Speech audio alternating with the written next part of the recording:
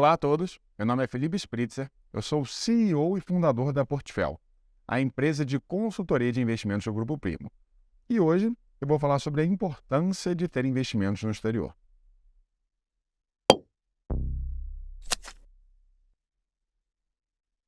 Se vocês acompanharam os últimos vídeos aqui no canal, vocês viram que a gente falou bastante sobre dividendos, sobre Ibovespa, sobre IBRX, sobre gestão ativa. Todos esses estudos foram muito voltados para o Brasil, em que a gente falou sobre o principal indicador, o Ibovespa e o IBRX. Só que, como todo investidor, nós devemos abrir o nosso leque, abrir a nossa visão para algo mais do que o nacional. Nós devemos olhar para o mundo inteiro. E embora muitas pessoas pensem que quando a gente está olhando para o mundo inteiro, a gente está aumentando o risco da nossa carteira, porque a gente está colocando o nosso dinheiro em outra moeda, o que eu quero mostrar aqui para vocês é que, muitas vezes, através de uma diversificação de carteira adequada, a gente consegue ter mais investimentos, acesso a mais produtos e, além de tudo, ter uma carteira mais segura do que se a gente tivesse deixado apenas no Brasil. Para começar, eu quero que vocês vejam aqui no gráfico que está aqui na tela o retorno do IBRX nos últimos 10 anos, no finalzinho de 2012 até o finalzinho de 2022. A gente pode ver que o gráfico teve uma rentabilidade de aproximadamente 112%. Outro ponto muito importante é que, se vocês repararem nesse outro gráfico, essa outra tabela que a gente está colocando aqui na tela, a gente vai ver que o IBRX teve um retorno anualizado de aproximadamente 7,5% e o seu risco, ou seja, a sua volatilidade, foi de aproximadamente 24%. Bom, agora que a gente viu um pouquinho sobre o comportamento do IBRX na última década, vamos olhar esse outro gráfico que está aqui na tela, que mostra tanto o dólar quanto o IBRX. Se a gente for pegar a rentabilidade do dólar na última década, foi de 155%. E se a gente olhar de maneira bem visual para o gráfico, o que a gente repara no comportamento dos dois indicadores? Que apesar dos dois terem subido, eles têm um comportamento que é bastante espelhado. Ou seja, quando um sobe, o outro tende a cair e vice-versa. Então, se nós traçássemos uma linha no meio do gráfico, a gente teria mais ou menos o que seria uma carteira de 50% de cada um deles. Agora, quando a gente para olhar o risco e o retorno de cada um deles, nessa tabela que está aqui no gráfico agora, o que a gente vai ver? O dólar, apesar de ter tido um retorno maior, na casa de 10%, ele teve um risco menor, de 15,11%. Já o IBRX teve o seu risco de 24% e o retorno de 7,5%. Uma pessoa falaria, poxa, Felipe, então, se o dólar teve menos volatilidade e mais retorno, daqui para frente eu não vou mais investir em bolsa brasileira, vou investir apenas em dólar. Só que isso incorre em dois erros. O primeiro é que retornos passados não garantem retornos futuros. Então, você estaria expondo sua carteira a um risco excessivamente alto se você alocasse 100% em dólar. E o segundo ponto é que, muitas vezes, a combinação de dois ativos, por mais arriscados que sejam, culmina numa combinação que é muito menos arriscada. Então, olhem que interessante. Se a gente pegar e construir uma carteira que seja 50% IBRX e 50% dólar, né, e uma carteira que ela vai sempre se rebalanceando, ou seja, ela é 50% dólar, 50% IBRX. Ela subiu um pouco, o dólar, ela vende, né, e volta a comprar IBRX para ficar 50% de cada. IBRX subiu, ela vende, compra dólar para ficar 50% de cada. Ela faz esse rebalanceamento automaticamente. Se nós tivermos uma carteira que é 50% dólar e 50% IBRX, sendo que um tem risco de 15% e o outro tem risco de 24%, qual seria o risco que essa nova carteira teria? Seria algo mais ou menos ali entre os dois, né? A gente está falando aí de um risco de mais ou menos 19%, 20%. O que você acha? Pausa de uns 10 segundinhos para você refletir.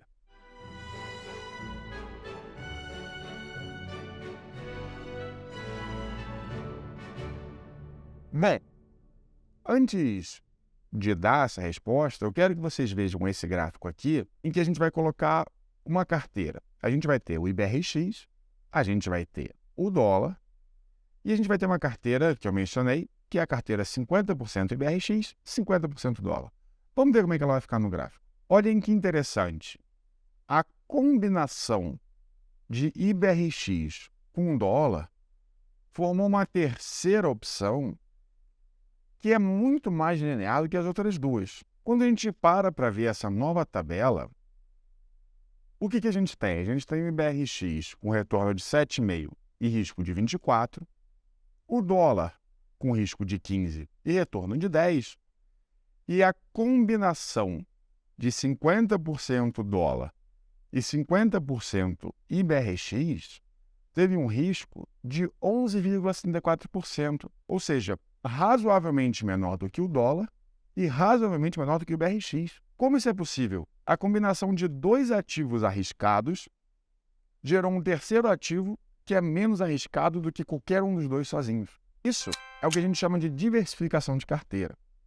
Quando Harry Markowitz criou a fronteira eficiente, a teoria da diversificação dos portfólios, ele entendeu que quando você tem ativos que têm descorrelação ou correlação negativa, isso traz um incremento positivo do ponto de vista de risco. Ou seja, combinar ativos que são descorrelacionados faz com que o ativo final tenha menos volatilidade do que a média ponderada de risco desses ativos. Isso fica muito claro nesse gráfico aqui para a gente. A combinação de dólar com risco de 15 e IBRX com risco de 24 gerou um novo ativo com risco de 11,7, bastante menor do que os dois. E por que isso? Porque a correlação entre o IBRX e o dólar é negativa. Se a gente parar para olhar nessa tabela que está aqui na tela, o que a gente está vendo? Que o IBRX tem uma correlação negativa de menos 0,35 com o dólar. Ou seja, a tendência é que quando o IBRX sobe 1 ponto, o dólar cai a 0,35 e vice-versa. Então, por mais que isso não seja sempre respeitado, existem dias em que os dois sobem, os dias que os dois caem, até por isso no fim do período os dois tinham subido, há uma tendência de quando um sobe o outro cai. Isso faz com que a volatilidade seja bastante diminuída do novo ativo, que é 50% IBRX e 50% dólar. Porém, os resultados mostraram uma coisa muito interessante para a gente também. Porque se você tem dois ativos que são descorrelacionados, a combinação entre eles vai gerar um terceiro ativo cuja volatilidade é menor do que a média dos ativos. Só que o retorno deveria ser justamente a média dos dois retornos.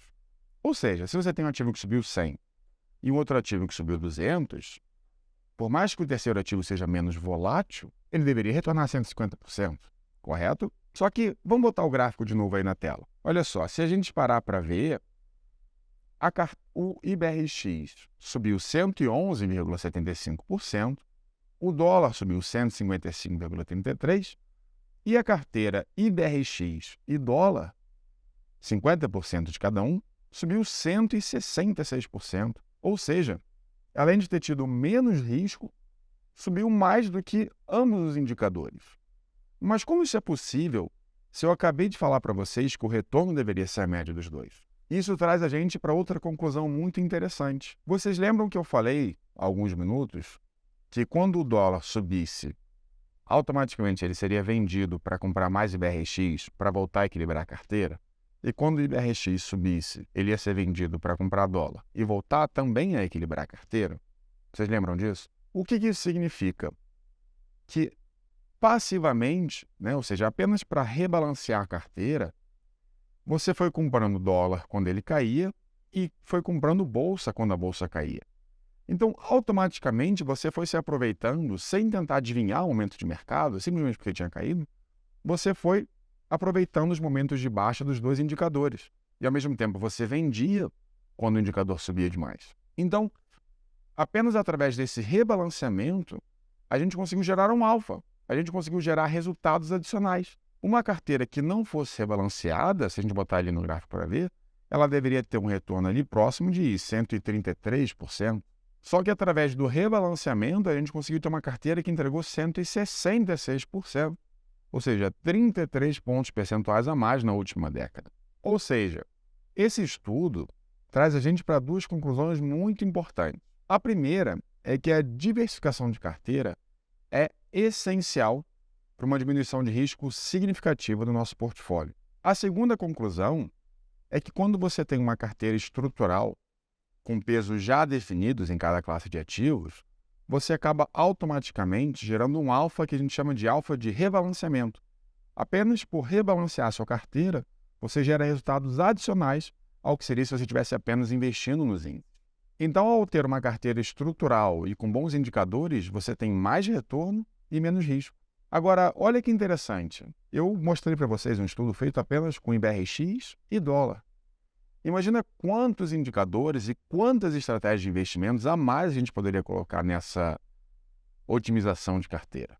Imagina que a gente pudesse estudar uma carteira que tivesse CDI como indicador, tivéssemos CDBs para investir, fundos de direitos creditórios, de crédito privado, ações, exterior, ações lá fora, bonds, private equity e muito mais. Quando a gente começa a estudar diversos indicadores, a gente chega para uma otimização de carteira cada vez melhor, cada vez mais diversificada e cada vez com retornos ainda mais interessantes. Esse é o grande milagre da diversificação de carteiras, o segundo Markowitz, nosso último almoço grátis no mercado financeiro.